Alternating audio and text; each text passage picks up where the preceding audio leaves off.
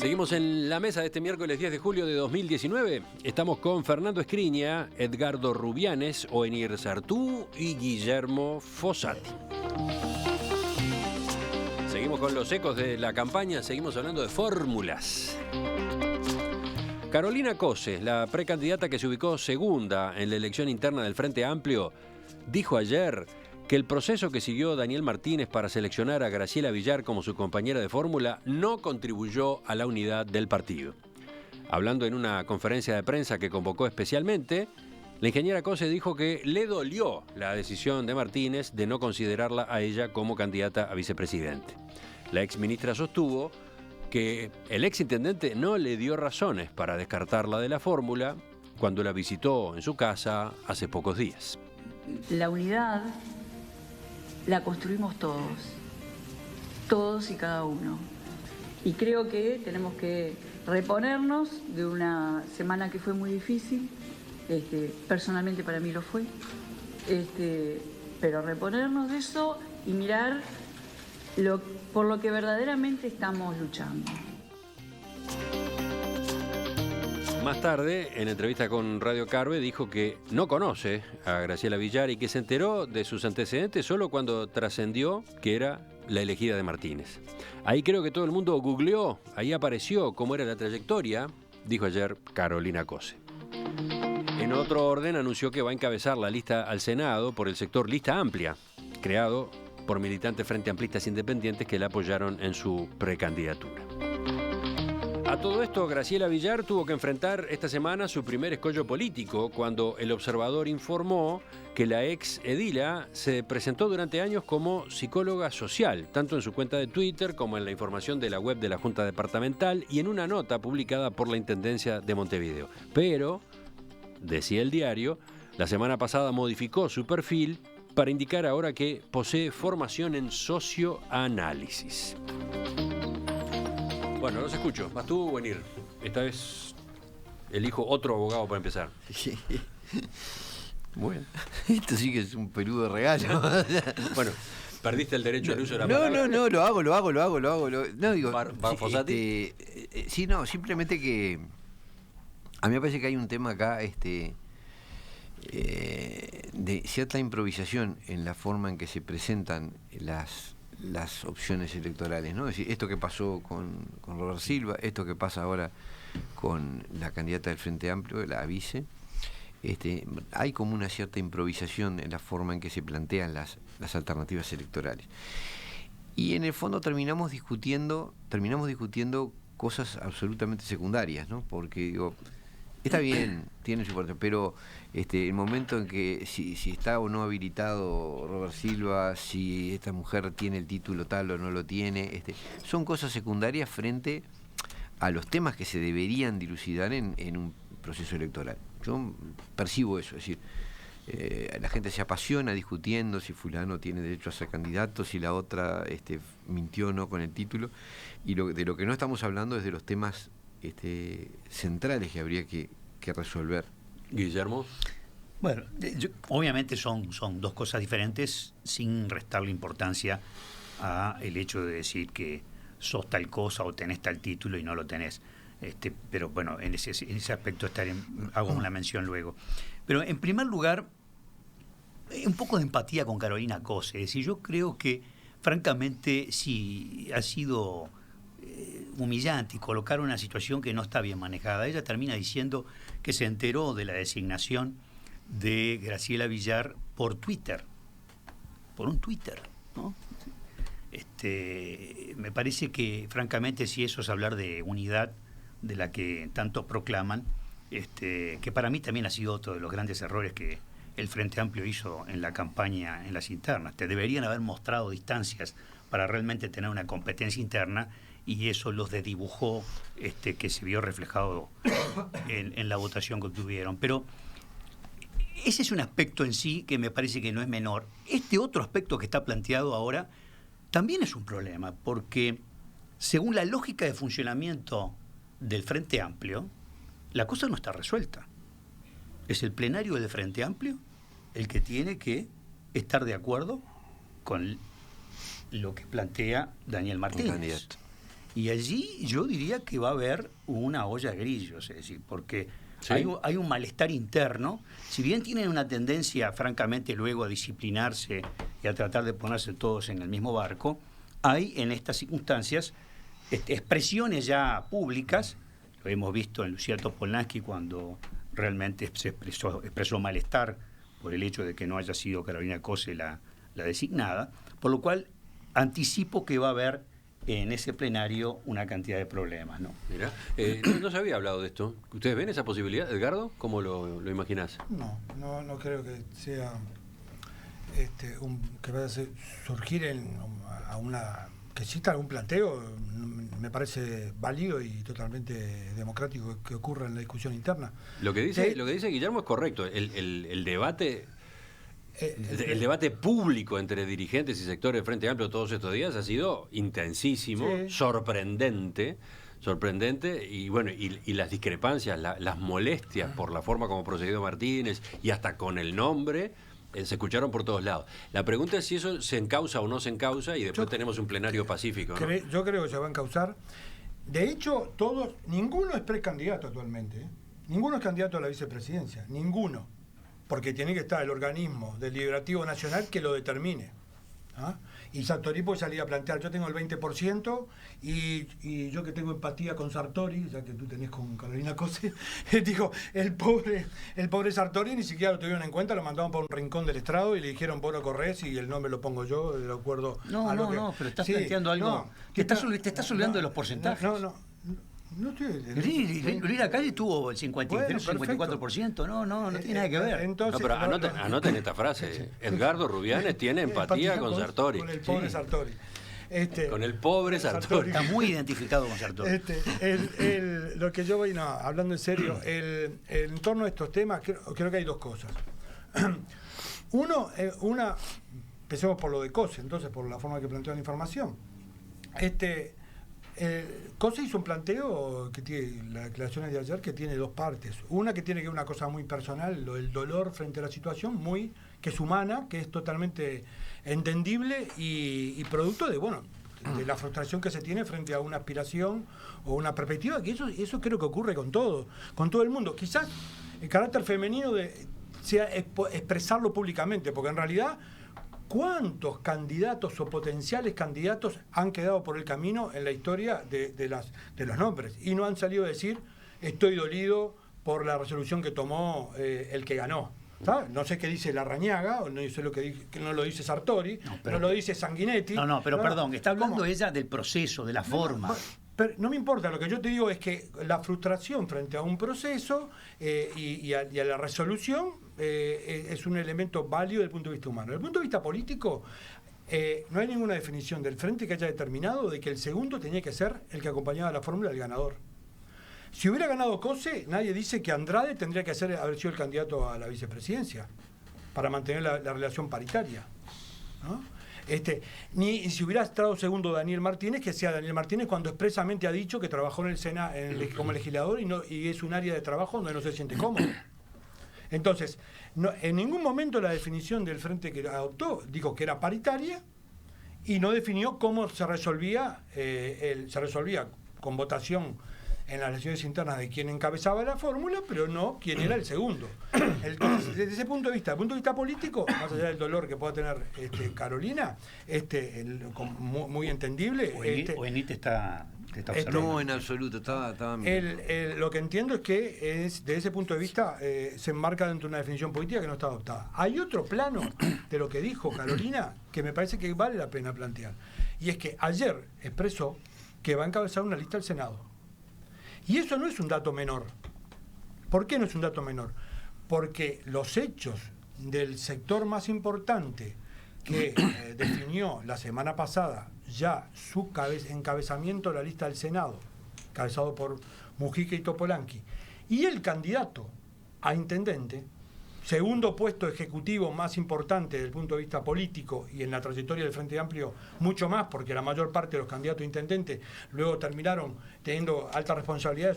Entonces que el MPP indicó al Pacha Sánchez, al diputado Alejandro Sánchez. Indicó a Sánchez, en realidad yo pensé, personalmente, tenía la idea de que si Carolina no ganaba en la interna, iba a ser candidata a intendente. Parecería, y creo que hay muchos que lo pensaron. Bueno, en realidad el MPP adoptó una postura. El MPP le sacó esa silla. Le sacó toda la silla. Bueno, ¿no? entonces de alguna manera determinó que Carolina haga lo que tiene que hacer. O sea, realmente es que cualquier candidato del frente que tenga responsabilidad necesita tener un grupo político propio para que le dé apoyo. Si miramos para atrás, necesariamente alguno tiene que estar encuadrado. En algún punto yo lo que te digo es que si llegan a hacer catarsis y expresar lo que sienten más de uno, ese plenario va a estar movido. Bueno, es lo que tú querrás, No, pero es posible viabilizar los conflictos de otra forma en el marco del Frente Amplio y lo ha hecho. Es un desafío importante el que asume Carolina Cose encabezando una lista al Senado. Sí. Con ese grupo que llama Lista Amplia, que es el de los dirigentes, Carmen Veramendi, etcétera, otros dirigentes que fueron a acompañarla ahora en la campaña como precandidata, aparte del MPP y el espacio 609, ¿no? Es un desafío importante porque justamente pretende ser senadora sin el MPP, ¿no? Claro. Bueno, pero, por sí sola. ¿Sabes lo que yo creo? Pretende capitalizar la molestia de muchos. Ah, sí. La victimización. Se victimizó para empezar a generar un espacio. Decís tú, bueno, esa es una discusión. Todos sentimos que no estaba siendo bien tratada Carolina Cose. Yo en una tertulia acá, cuando hace ya muchos meses, afirmé que no me parecía Carolina Cose una buena articuladora a nivel parlamentario aún sin conocerla, es una persona ejecutiva, en fin, con otra formación que aparentemente se requiere para ese cargo. Sí creo que el MPP nunca la terminó de apoyar totalmente. Creo que además... ¿Me permitís un ajuste? Sí. Ella tampoco se casó con el MPP, ¿no? Ella desde el principio dijo, yo no soy MPP, me va a apoyar, parece que me va a apoyar el MPP, pero yo no soy MPP. Seguramente, hubo una cosa de distancia de los dos lados, ¿no? Seguramente la necesidad de Carolina Cose de haber soportado todo este proceso que debe haber sido francamente muy doloroso, porque incluso uno lo vio de afuera y sobre todo cómo culminó además, ¿no? Pero ella necesita sacar una lista al Senado porque evidentemente que los 65.000 votos que tuvo seguramente no los sintió tan propios como para dar una batalla por la vicepresidencia o por la intendencia. Y no es casual, y a mí me llamó poderosamente la atención, que Mujica y el MPP, en pleno debate de candidaturas, cuando ya era muy evidente que Carolina Cose no iba a ser la candidata a vicepresidente de Martínez, lanza la candidatura del Pacha Sánchez a la intendencia y anuncia que tanto él como Lucía Topolansky van a encabezar la lista del MPP al Senado. Con lo cual, mata dos pájaros de un tiro. ¿En qué sentido? Le dice a Cose, mirá, si no vas de vicepresidente, lo que especula Edgardo, que yo también lo pensaba, la verdad, que podía ser una candidata a intendente, tampoco está descartado que lo pueda lanzar. Puede haber dos o tres candidatos. Puede haber. Pero una cosa es tener el apoyo del MPP y otra cosa no tenerlo. Pero además mata una segunda situación. ¿Qué le está diciendo a Martínez? Que si no sale presidente, su posición de intendente está comprometida. No va a tener el apoyo del MPP. Yo lo que perdón. No, Guillermo. Yo lo que creo que no se puede subestimar tampoco la revancha de Martínez, porque él marcó la cancha, tomó distancia de las autoridades, por llamarlo de alguna manera, más altas del Frente Amplio y entró en un proceso de toma de decisión de carácter personal con Graciela Villar. O sea que hay, y mirá los antecedentes hacia atrás. Daniel Martínez, en su momento, en más de una oportunidad se le corrió a un costado. Por lo tanto, hay, a mi juicio, también un sentimiento allí donde diciendo, bueno, acá vamos a pegar un giro a todo lo que tiene que ver con el poder dentro del Frente Amplio, y eso creo que está allí presente. Pero después me interesaría hacer algunas menciones de Graciela Villar. Una gran responsabilidad. Hay un concepto que a mí me parece medular en esto, ¿no? La política tiene sus reglas. Uno puede entrar a la política de dos formas. o teniendo votos, es decir, ganándose los votos, o siendo designado por alguien. La historia de Carolina Cose es claramente la de una designación. Es decir, gente con poder político la puso en tal cargo. Y no es tan fácil pasar de una categoría a la otra, de funcionario designado, de funcionario de confianza, a líder político con votos propios. Lo va a experimentar cuando presente la lista. Y yo creo que acá, mezclado, está por un lado el tema cuota, que está haciendo ruidos, es decir, la idea de que, bueno, tiene que haber una mujer en toda fórmula, en toda cosa, bueno, lleva a que a veces se elija por el solo hecho de ser mujer, sin que haya detrás una trayectoria política que lo justifique, ¿no? Me parece que este es un caso.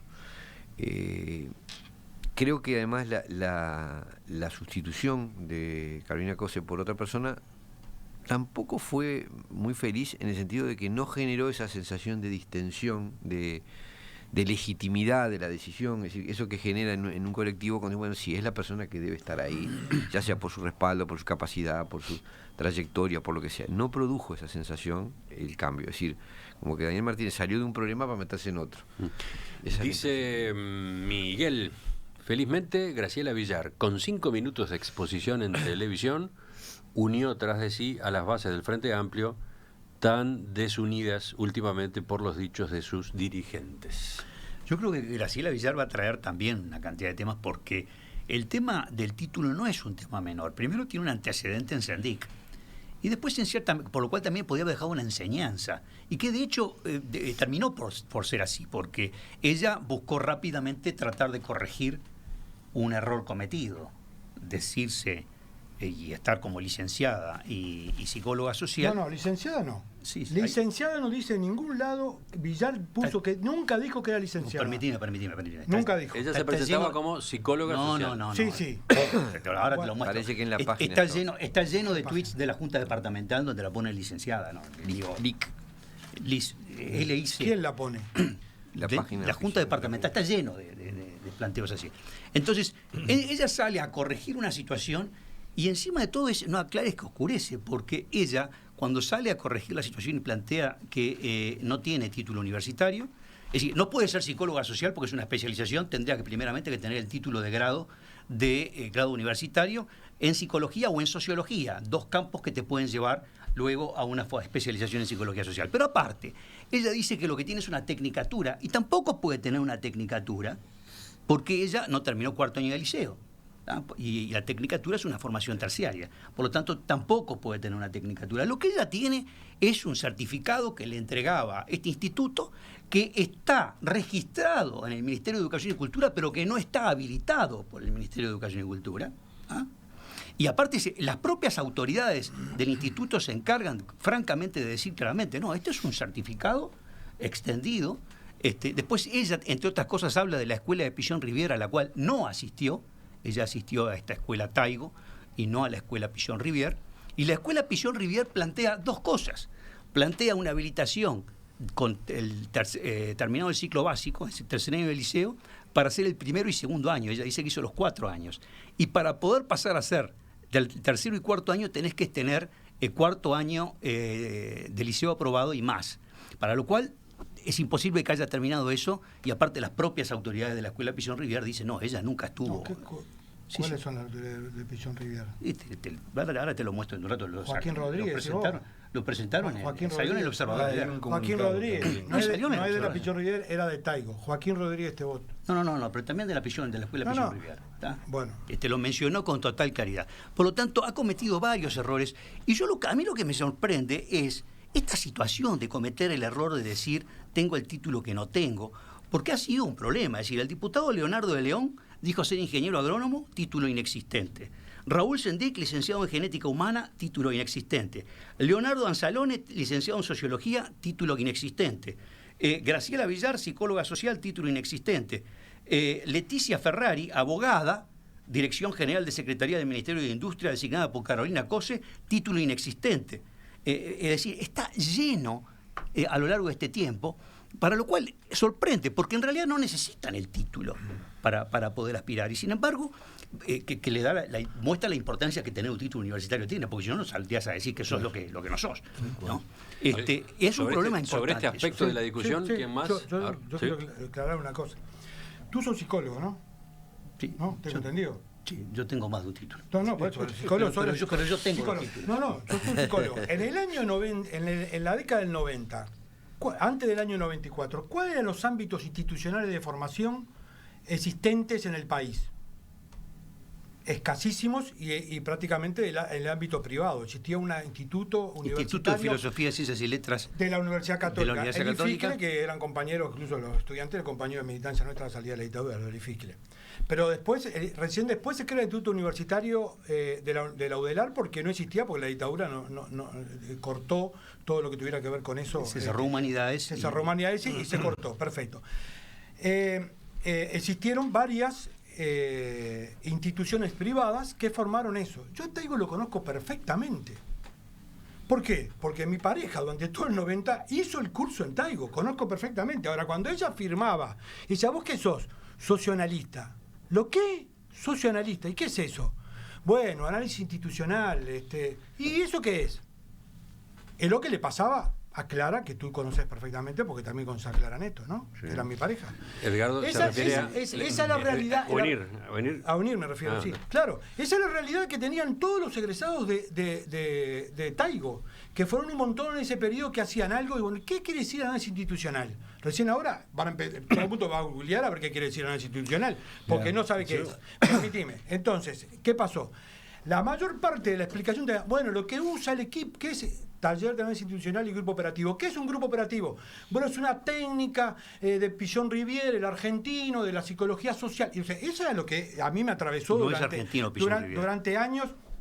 Durante años me atravesó la temática de que esa definición, ¿qué es? Bueno, en vez de ser la psicoterapia individual clásica que conocemos todos, bueno, hay todo un campo de la psicología social que trabaja con algo. Que recién, después del 94, cuando se creó la Facultad de Psicología, y particularmente a partir del año 2000 o 2002, cuando empieza a haber unos cambios en la Facultad de Psicología, en Facultad de Psicología empieza a haber psicología laboral, psicología, se discute la participación en el área de salud o en el área de ciencias sociales, porque incluso la discusión de en dónde queda ubicada el área, si está en el área de salud. Y yo, bueno, voy a que la realidad de que todos los socioanalistas de esa época, la forma sencilla de decir que eran psicólogos sociales, como una expresión popular. Es como decir, ¿diste clases? ¿Sos profesor? ¿Diste clases? ¿Sos profesor? ¿Sos vicepresidente de la República? ¿Y diste clases? ¿Sos profesor? A pesar de que no tengas título. Permíteme, te lo voy a decir más claro.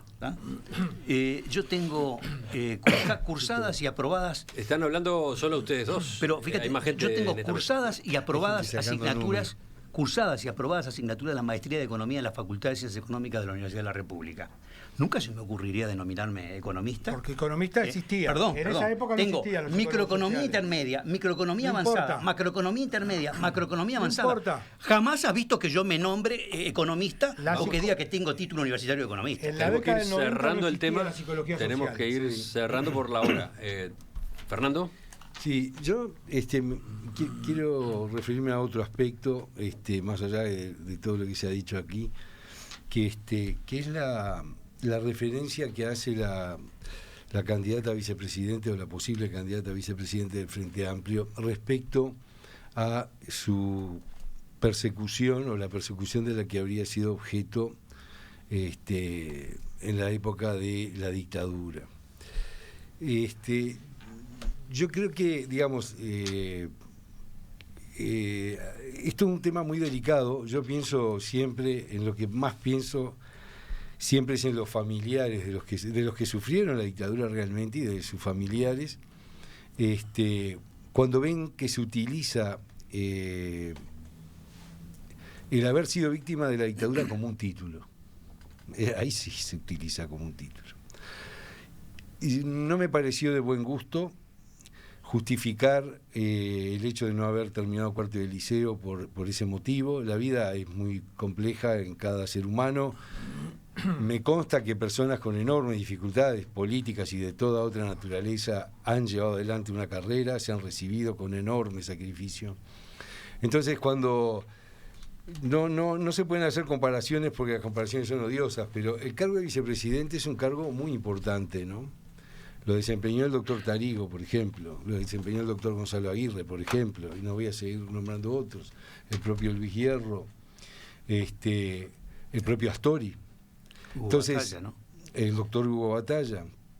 Es decir, es un cargo muy importante, que tienen una función que no es la función únicamente de haber estado contra la dictadura en una etapa adolescente, etcétera.